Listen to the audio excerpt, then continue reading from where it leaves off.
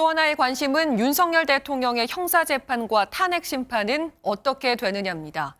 두 재판은 성격이 다른데요. 형사재판은 형벌 절차고 탄핵은 징계 절차입니다. 영향이 있다 없다 다양한 의견이 나오고 있지만 법원이 구속을 취소하면서 강조했던 절차의 명확성 부분은 영향을 미칠 가능성이 있다는 해석도 나오고 있습니다. 법원이 김재규 전 부장의 사례를 들면서 재심 가능성까지 거론한 만큼 현재 변론 과정에서 제기됐던 절차적 흠결 논란을 재판관들이 어떻게 받아들일지 관심입니다. 먼저 형사재판부터 살펴보겠습니다. 윤 대통령 구속 취소 판결을 내린 재판부가 내란 사건도 전담하게 되는데요.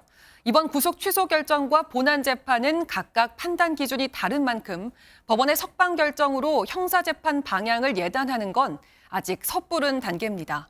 다만 재판부가 구속 취소 결정을 내리면서 절차적 문제를 강조했던 만큼 향후 증거 능력 문제 등으로 인해 재판이 길어질 수도 있다는 관측이 나옵니다. 현지호 기자입니다.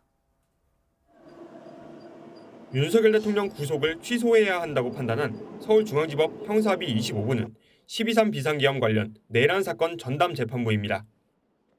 윤 대통령 사건뿐 아니라 내란 중요임무 종사 혐의로 기소된 김용현 전 국방부 장관, 조지호 경찰청장 등 현역 군인이 아닌 피고인 사건도 맡고 있습니다.